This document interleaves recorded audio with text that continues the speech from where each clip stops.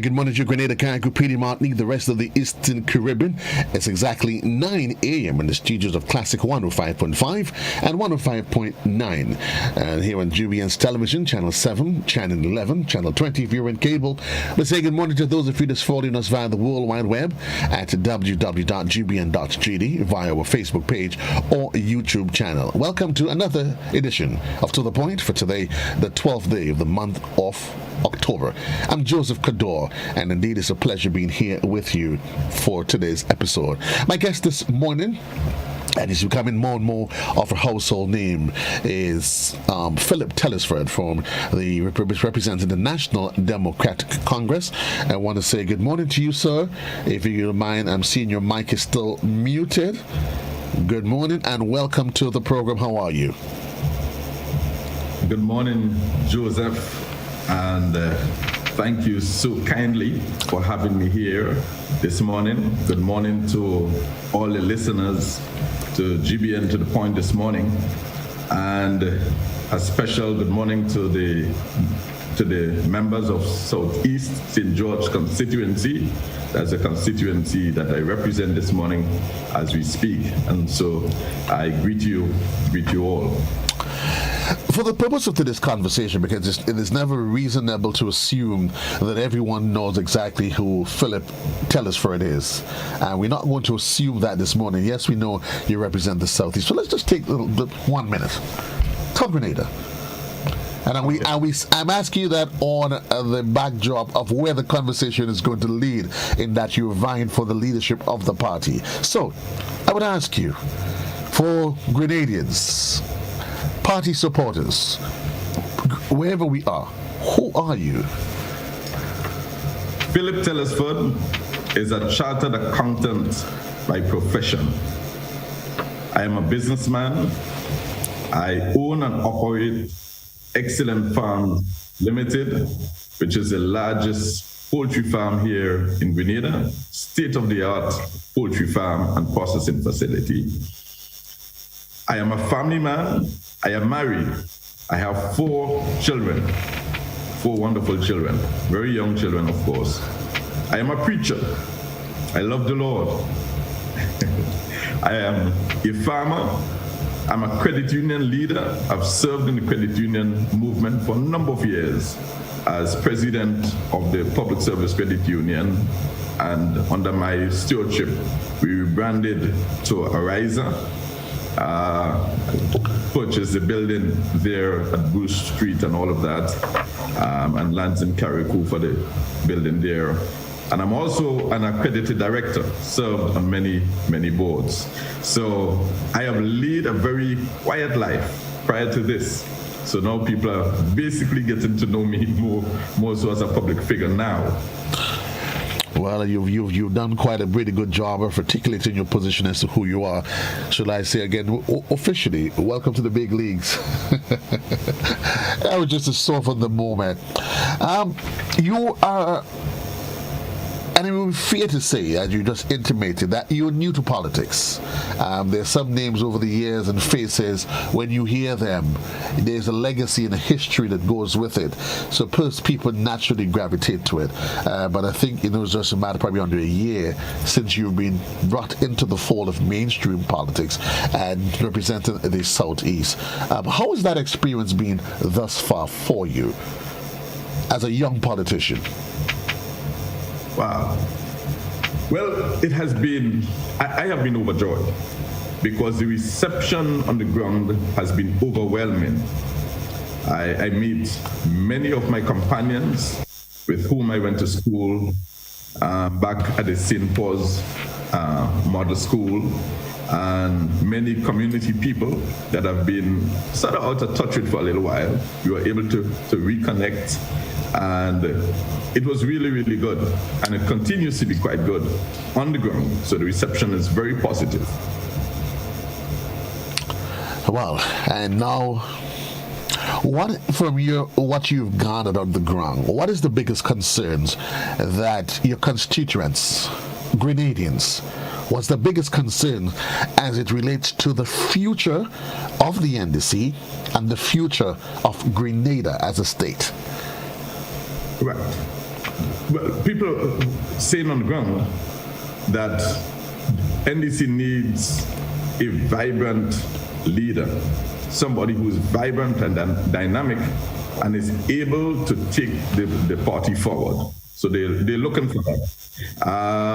They're concerned about the possibilities of infighting and stuff like that. Those things were noised about.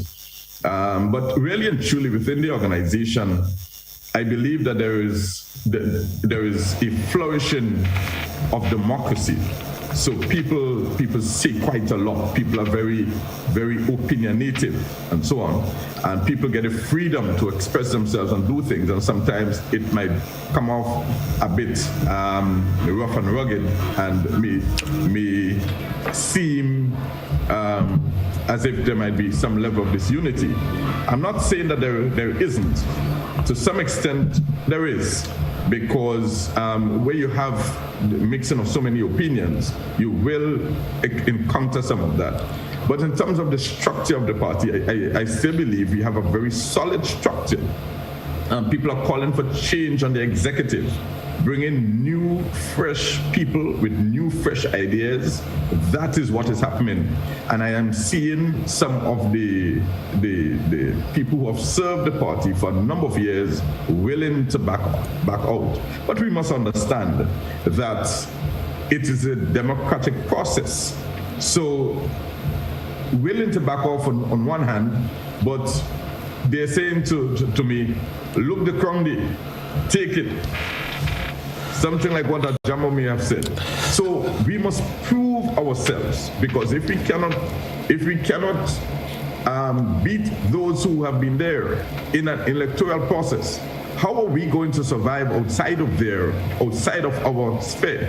And this is what is happening within the organization. And people may have read that wrongly, but I'm saying I have been campaigning. I have been pressing the flesh, meeting with people, and the responses so far has been very good on the ground. From a national point of view, to answer your question, what people are saying, very concerned about the economy and the direction of our country in respect of agriculture in particular, healthcare, agro-processing, yes? And these are things carved out, the health services, our education services. Is it really answering to the needs of the population, of the workforce? Are we equipping our people correctly?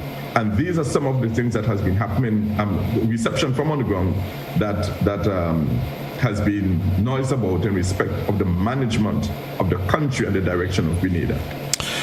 Management of the country, the direction that Grenada takes as a state. There are many who believe that they've hinted to what they say in some circles, that the challenge as it relates to the NDC, it grows deep, it has deep roots that stems from some of the founding fathers of the party who may, for whatever reason, they may have their own directions and ideology that is remote from what the younger modern generation and membership of the party wants to conform to.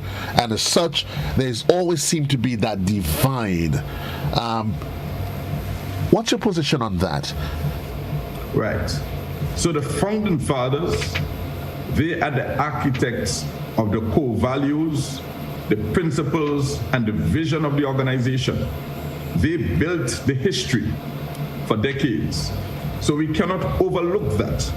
But in the midst of that, it provides a platform by embracing the younger NDCites, if you want to say that.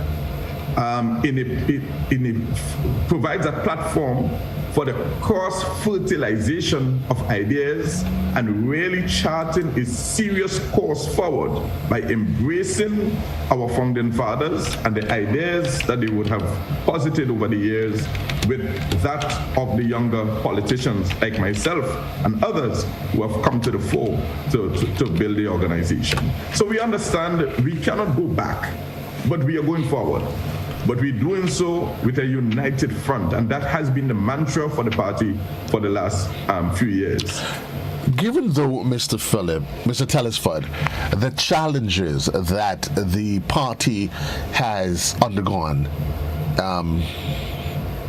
two clean sweeps, back-to-back clean sweeps at the polls, the apparent or inapparent infighting that some may agree to. In your case, you have alluded to it, and I'm happy that you've done that, because very often it comes across as though it's a denial and it's a figment of the public's imagination. A lot of damage has been done to the party, and many have said it takes a major rebuilding, reconstruction. You are vying for the leadership of the party, and not just by virtue of the leadership of the party, you are vying for leadership of the country, one way or the other. Let us first, what can you say to the Grenadian people? Yes, we've talked about you are the family man, the pastor, those things that people would easily say, we've seen those already. We've seen those. What do you bring to the table as the leader of the NDC that is so totally different and transformative, I would say, that should allow, one, the NDC as a party to buy into your agenda, and Grenada as a state to take you seriously as a new political leader and a political foe within the arena? Thank you. So, and indeed, I have been grounded spiritually, and that makes a big difference in my life, because that is the foundation on which I do many things in my life. Now, I have worked across a number of key sectors: finance, tourism, having worked in the hospitality sector for 21 years, agriculture. I grew up in agriculture, and I'm one of Grenada's largest investor right now in the farming industry. I have 2 solid decades of executive leadership, leading at the highest level of business here in Grenada. I'm talking about chairmanship, leading innovation and change, leading a rebranding process as president of the Arise Credit Union, whilst maintaining a strong profitability for the organization. Yes, I have been a leadership trainer. I have trained leaders over the years. Yes, so I understand that. I am a result-driven individual. Yes, I am passionate about results, about success. I am self-driven, I am determined, and I do not quit easily, even in the face of defeat. Yes, so these are only some of the qualities. The fact is, I am one of the individuals vying for leader who can step into the Ministry of Finance on day one and understand what is happening there and make, in consultation with the officers there, make solid decisions. Yes, I have worked in the tourism industry, the largest sector here in Grenada in terms of contribution to GDP. Worked there for 21 years at the highest level. Yes, and that too provides me with the information to understand what happens there in that sector, a very key sector. Yes, and of course, a sector that has not been given the attention that it needs over the years, that of the agricultural sector. That is where my time is being spent right now. These 3 key sectors, I have serious knowledge, serious experience, and serious leadership skills in this area. I am a trained director. I am used to conducting meetings. I'm used to chairing meetings. And that is key, because if one does not know how to maneuver choppy waters during high-level meetings, one can easily end up in serious problems, because it can affect relationships and so on and so on. So I have those skills. As I said, I lead fairly quiet life over the years, but understanding leadership, having a proven track record, having walked those paths. People who know me can attest to that, because I have led by example over the years. You lived and led by example within your different organizations. But if I were to ask you, Mr. Tallisford, why now? Why the need now to come into the political fray? Is it out of? No, you would answer that for me, and I'll do the follow-up. Why now? Right. So I have young children, school age. As a matter of fact, my youngest son is just entering preschool for the first time in September. Yes. And so I am very, very concerned with this nation. Very concerned. And I know my concern is replicated across the spectrum of Grenada, Carriacou, and Petite Martinique, and in the diaspora. We are concerned with the direction of this country. And I know that I have a contribution to make. I know I can make a difference. And that is exactly why I've made this decision to stand in this time. There's often been the concern as it relates to politics and religion. There are those that argues that they have no place with each other and they should be totally separate and apart. We've had the history within the NDC of men of the cloth, individual of the cloth, who came into mainstream politics, and we've seen the histories there, the challenges that came along with the division of the church, issues within the party, and then they have since, literally, you say, vanished from the political limelight. How much of a concern is that for you, knowing the general concern and the history that goes with that, even within your own party? I am a patriot of this country. I am deeply concerned. And when we see things like that, we are disappointed. But I say to you, my belief in God is the basis for the things that I do. I am not just singing a song. I am not selling Christianity. I am not trying to project myself as anything in that regard. I agree we ought to separate it, because I don't bring or even discuss politics at all at my church. To begin with, we not even allow. It's a no-no, it's a no-go area. I don't persuade members. Members, one or two people may say, well, I see you here and I see you there, and we're praying for you. That's the most I will get. But I am saying to us, the nations of this world need the church. But that's a separate story. What I am bringing here is character. Character matters. It is important that we have a point of reference. And my point of reference is my strong belief in God that helps me to understand that there are some things that are good and some things that are evil and some things that you stay away from as a child of God. You bring character to the table. How does that character stand in the face of what many say that politics has a morality of its own as a pastor? Right. Well, I'm actually a deacon of the church, not quite a pastor, but considered a junior pastor with respect. And politics, indeed, does have a morality of its own. But who are these politicians? What is it that informs their life?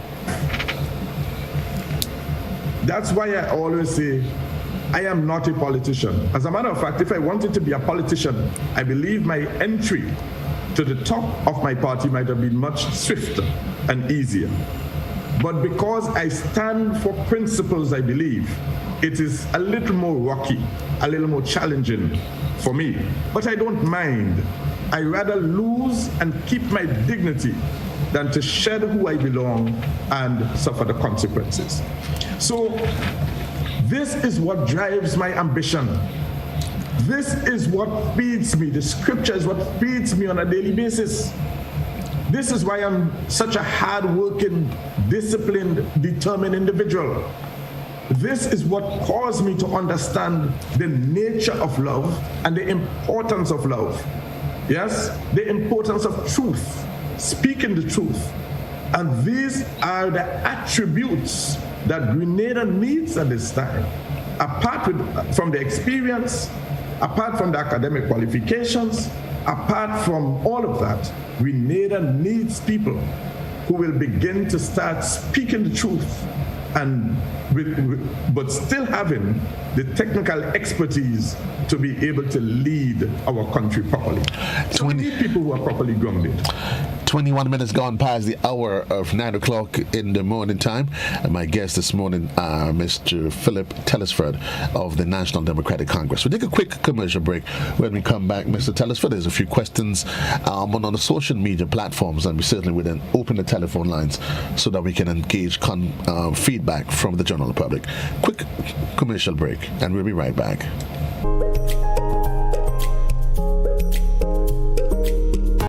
Let's get tough on breed larceny.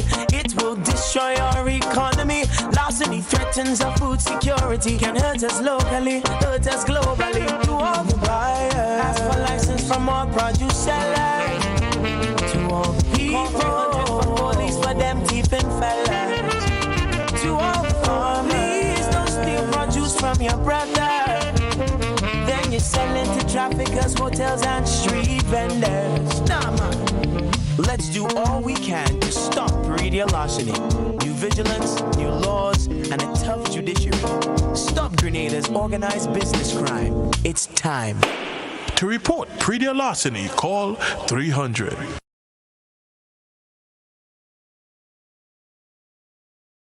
As we mark World Food Day 2021, under the theme, our actions are our future. Our farmers, our fishers, we must continue to be involved in sustainable agriculture, sustainable fishing, such that we can ensure that we can have livelihoods into the future. Ask of us to be involved in activities that can increase our revenue through our exports. At the same time, we must ensure that we can feed this nation for our food security. In this way, we would have increased production and improvement in our livelihoods.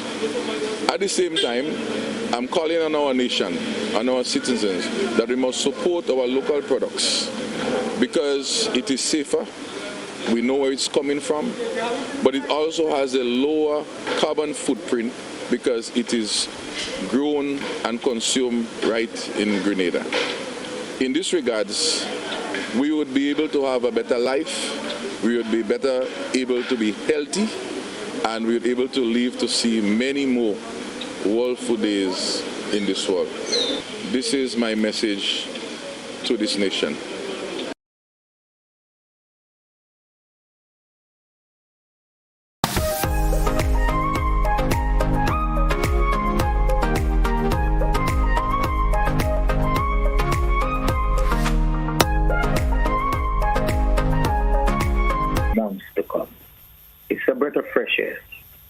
I also would like to say kudos to Mr. Telesford. I am one of the students of St. Paul's Government School, and I must say they have done very well there. Not to say everybody else hasn't done what they have done.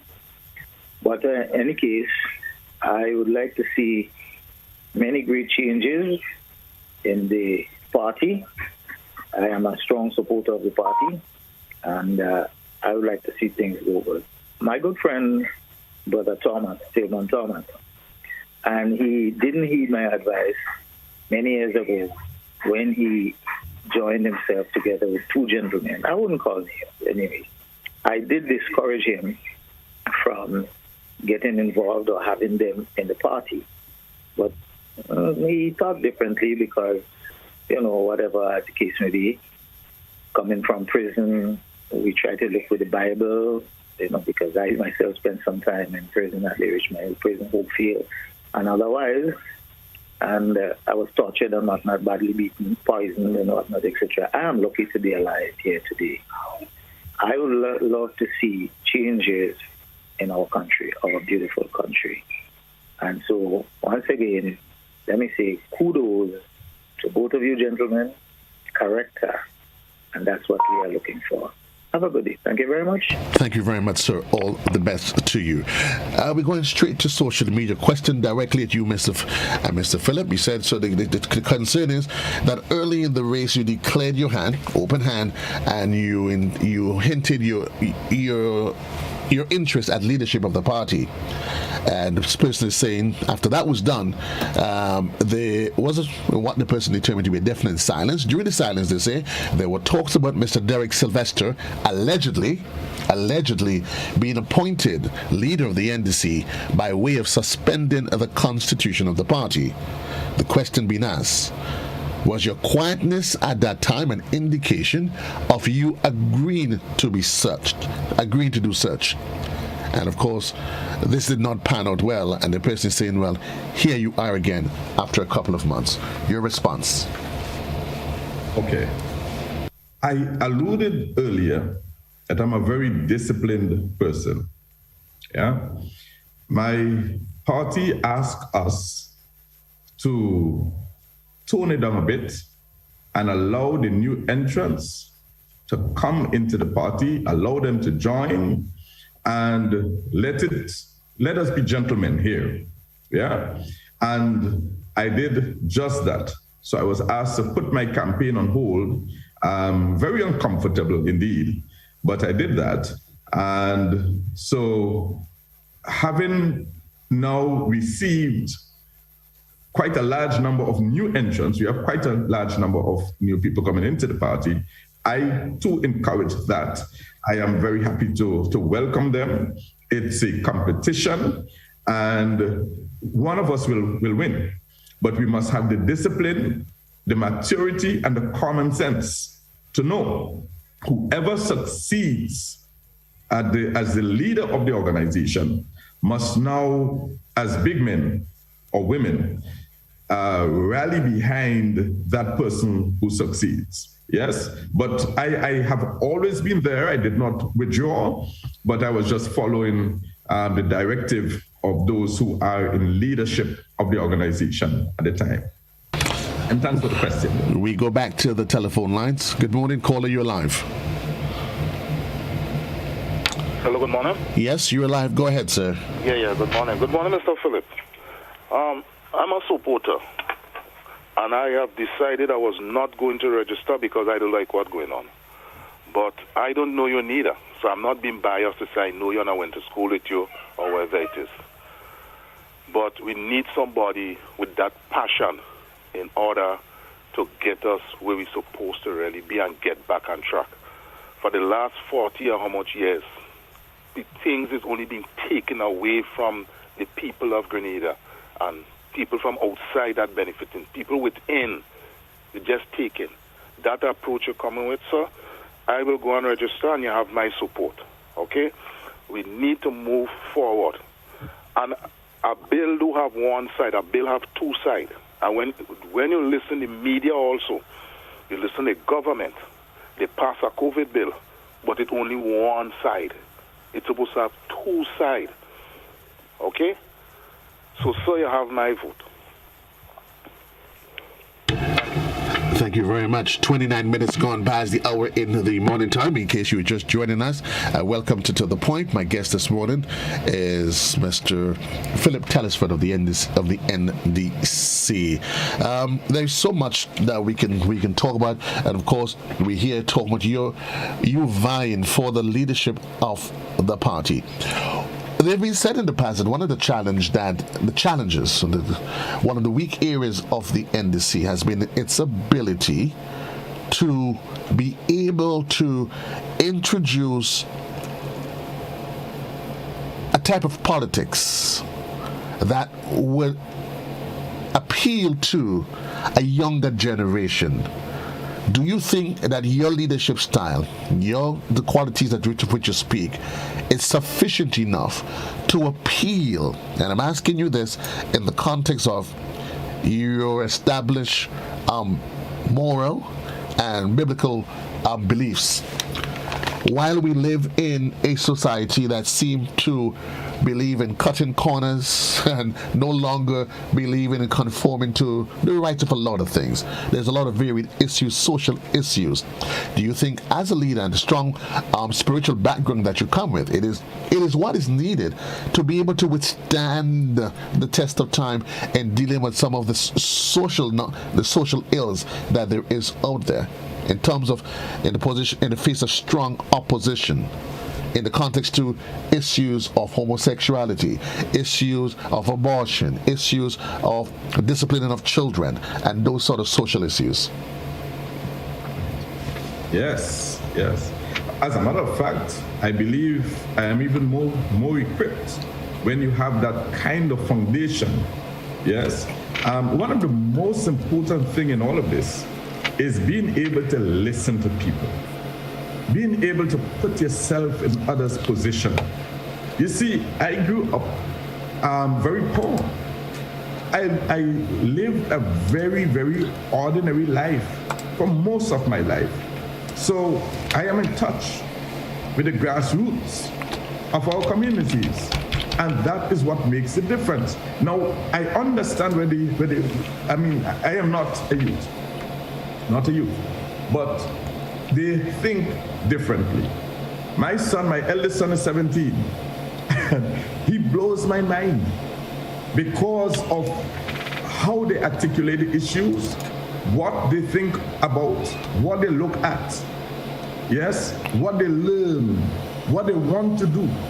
And I believe we need to give the young people wings to fly whilst assisting in guarding the compass, directing them well, explaining to them the consequences of certain decisions, and so on and so on and so on. Now, in respect of homosexuality and so on and so on, the Bible has given its guidance, but I am no dictator, and the Bible is very clear. If the nation says, this is what I want, I only have one responsibility. Firstly, I speak to my cabinet and say, this is what is right, this is what is wrong, and here are the consequences. Then you take it to the vote, because people are clamoring. You take it to the vote. These are things I believe should form part of your ballot. Every 5 years, stick it in somewhere, yes? And so let the population make the decision. I am not to make the decision for them. But we have the church has a responsibility to preach the gospel. The politician has a responsibility to make laws. And this is what I intend to do. We're going to get back to that position in just a while. We have a caller live on the line. Good morning, caller. Go ahead, please. Yes, good morning, Mr. Cadore. Greetings and greetings to your guest. I trust that he is hearing me. I'm hearing you loud and clear, sir. I have two major questions, but before I do that, I must indeed commend the gentleman on a very quote-unquote impressive CV. Very nice in words. You see, the thing is this, Mr. Telesford, that our historical references have demonstrated that beautiful CVs don't bring about changes in this here country, and as a matter of fact, whatever changes we have had have never been for the better but for the worse. But let's leave that aside. I have two questions for you. One I've asked of you prior. I would like to know your ideology. In other words, I'd like to know at least two of your philosophical beliefs which set the basis for your economic, social, and political theory that you propose to sell to the people. I don't want the same old. I don't want demagoguery in this country anymore. I want change before I die. The second question is, I do not know if you were aware that the Constitution that we boast about in this here country has never been made into law. Bibliographical references by a document published in 2002 by Nicholas Liverpool et al. On page 5 sets out crystally clearly what the situation with the Grenada Constitution. I would read this line for you.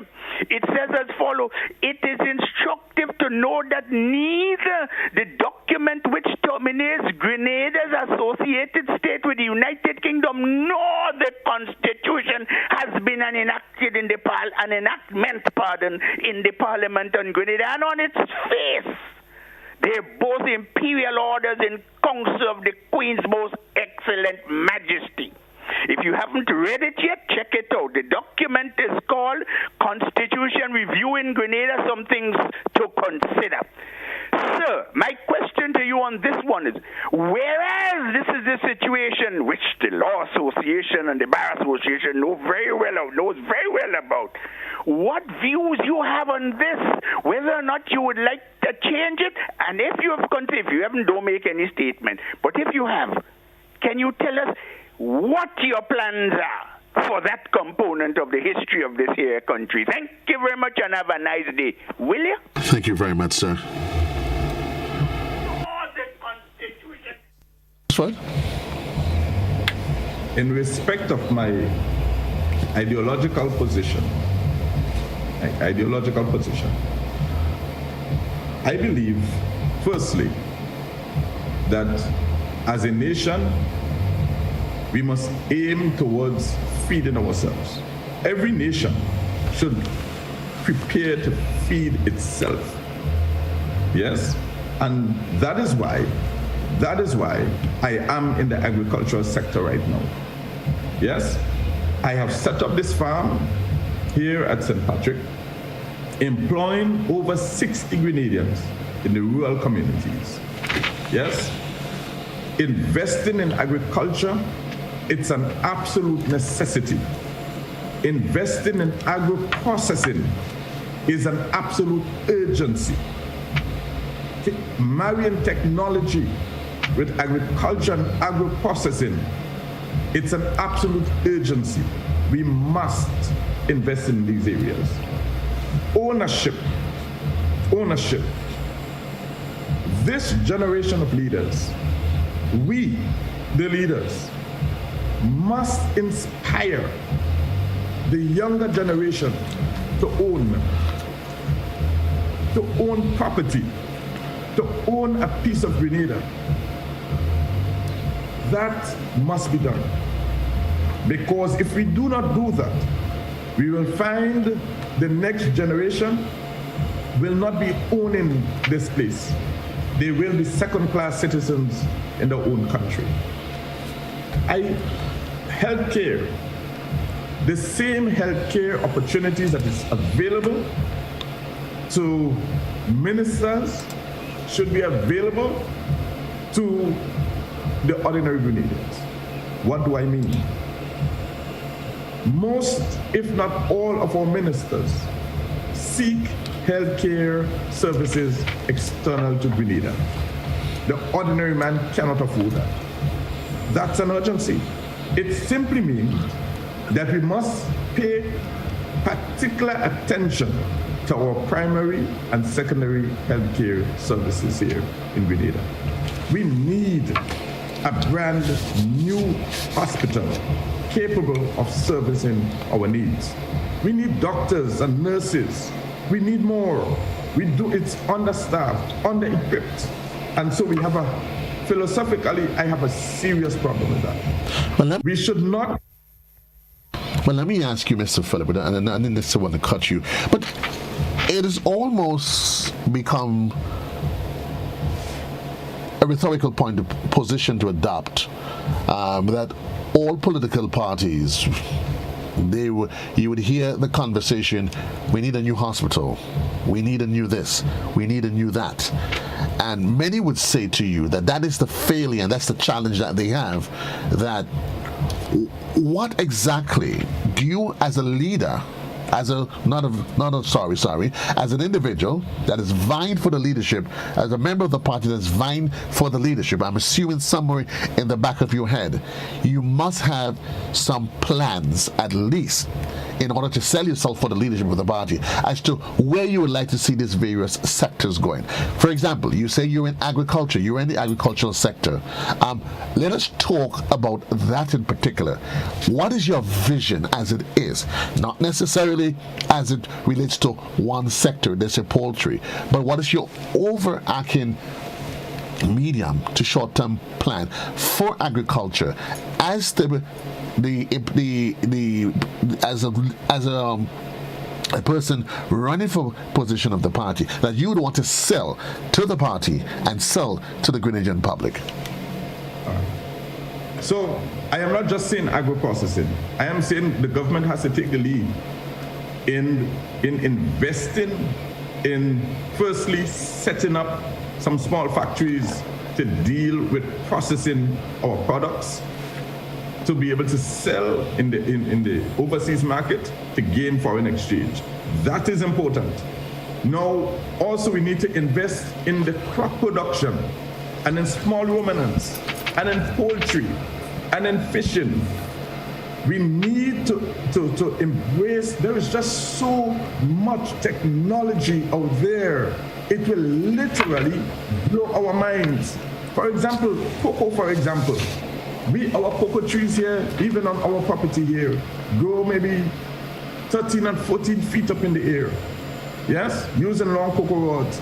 The science has been integrated in crop production and cocoa production and other crop production, where these trees don't grow more than 5 or 6 feet.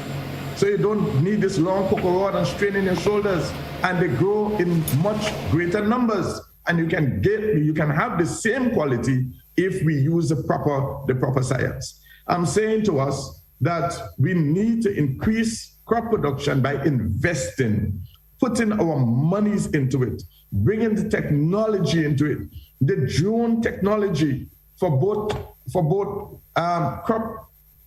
irrigation and monitoring of the weather conditions and all the various things that is needed, when to plant, what to plant, and all of that, where the fishes are in the ocean. If you use the drone technology, I mean, there's just so much. I'm racing over the line to speak about that because I'm saying the drone technology can tell you exactly where the fishes are, what type of fishes, how big they are. Just imagine our guys don't need to go out there and spend weeks and months in the ocean.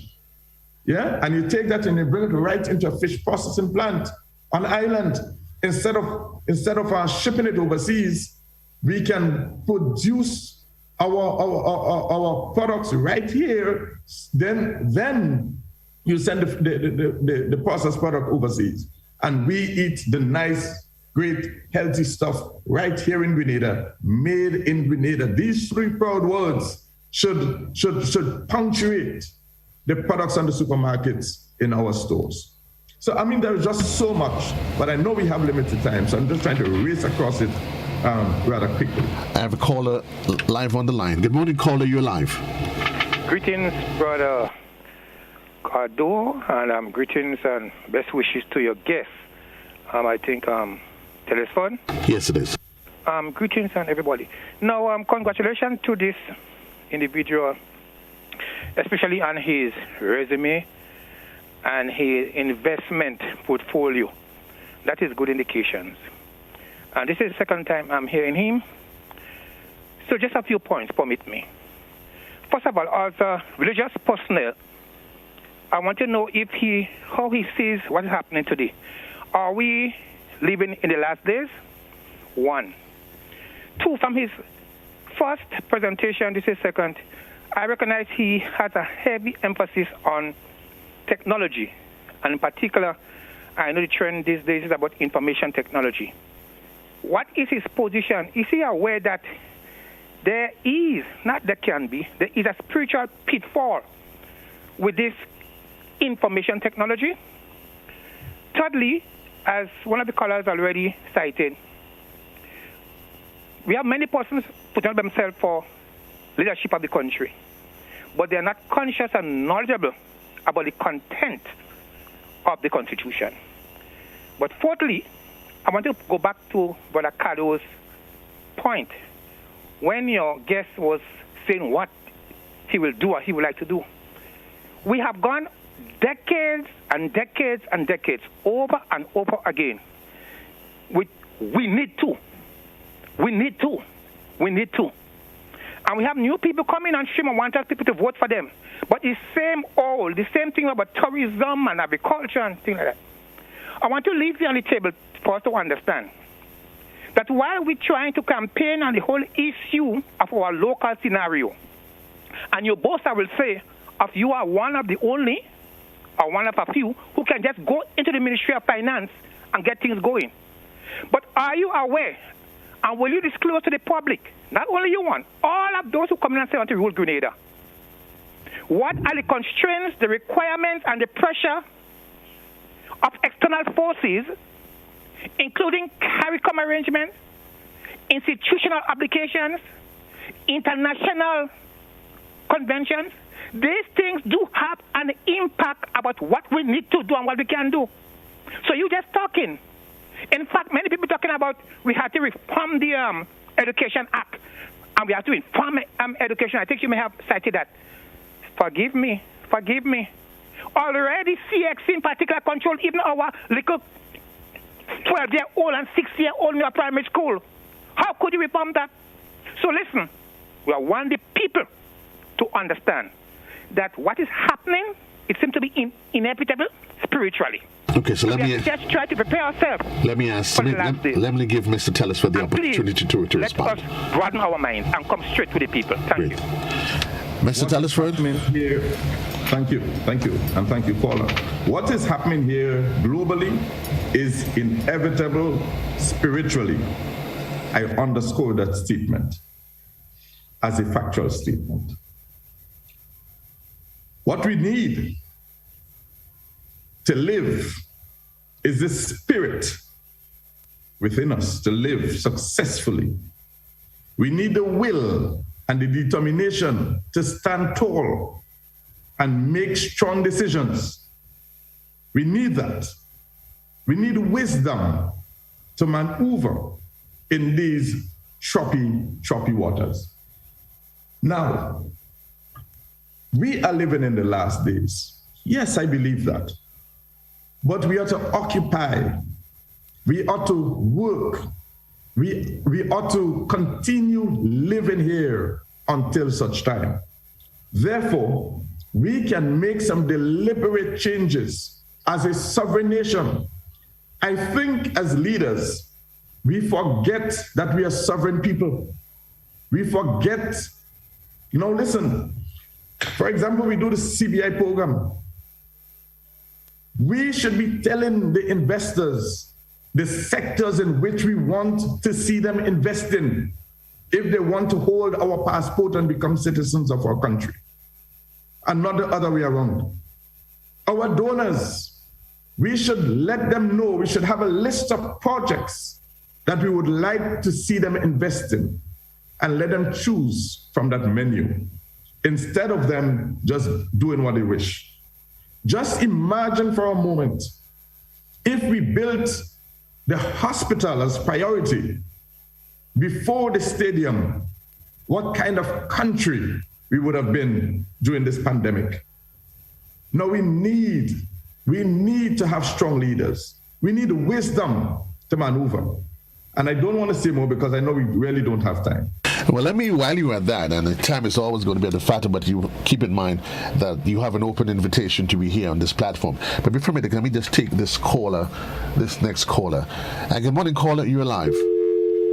We've lost that caller. I want to go back to a point that you made that, when we spoke about addressing some of the social issues that is out there and trending social issues as it relates to homosexuality and non-traditional societal positions that goes anti the scripture. And you responded by saying that there is your position, your biblical position and personal position. However, you intimated that as a leader, if the need be that you have to broach an issue that you may not necessarily agree with as an individual, that you will take it to the cabinet. Would you see that as compromising your position? Why bother take to cabinet an issue that you ideologically, spiritually, that you are opposed to? Right. So no, I'm not saying that I take an issue that I ideologically oppose to cabinet. Things like that, I am sure I'm referring to matters that is brought to cabinet by other ministers, not me. Because if I bring something to cabinet, I have to be able to defend it. I cannot bring something to cabinet that I cannot defend. But I'm saying when it flashes across the boardroom of cabinet or the room of cabinet, we must be able to agree on some common principles. And if it means that the population is calling for something, take it to the votes, especially if you know that you don't support it as a government.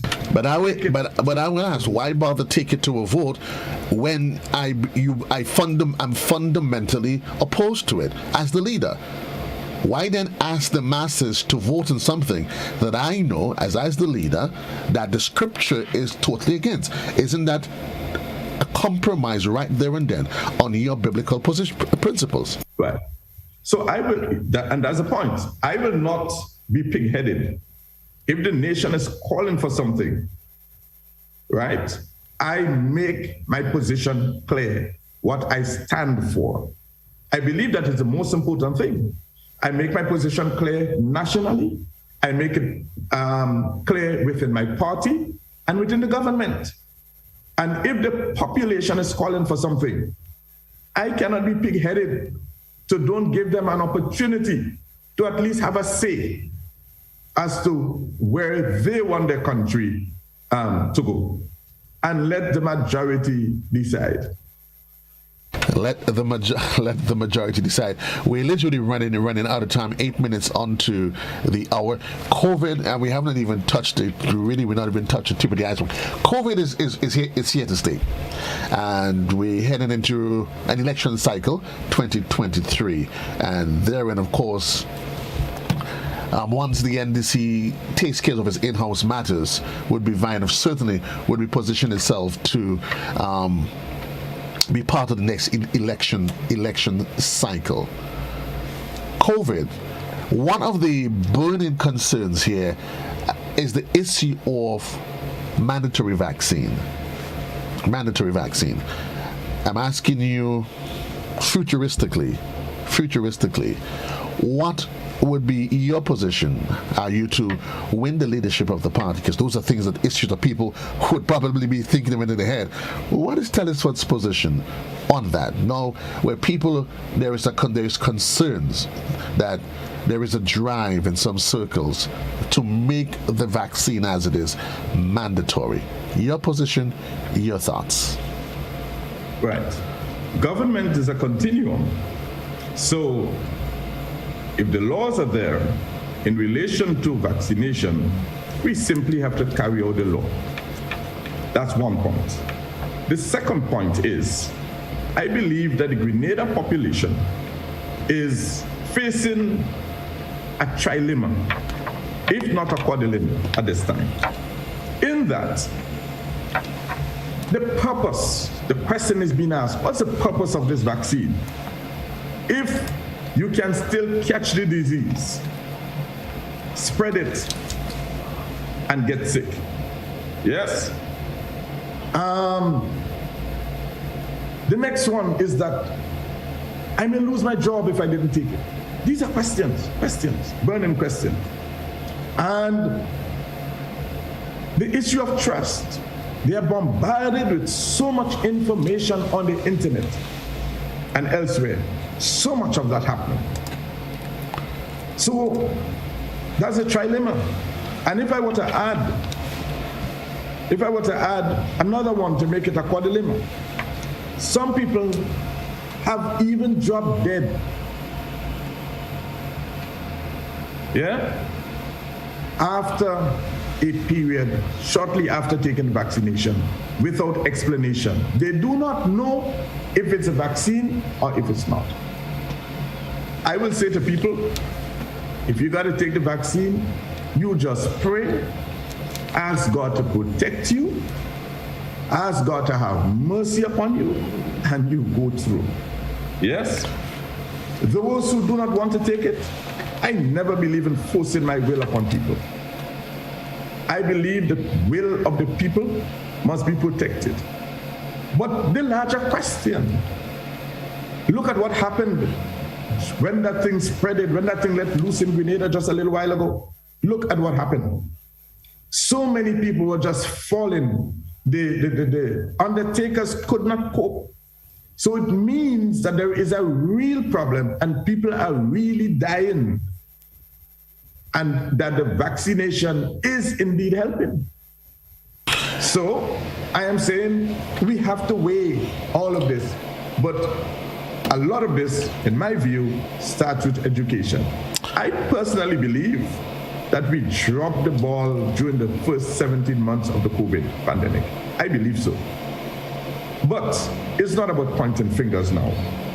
We have to take a nationalistic approach towards keeping healthy. But we need to speak about our personal health, exercising, eating well, taking our supplements, living healthy.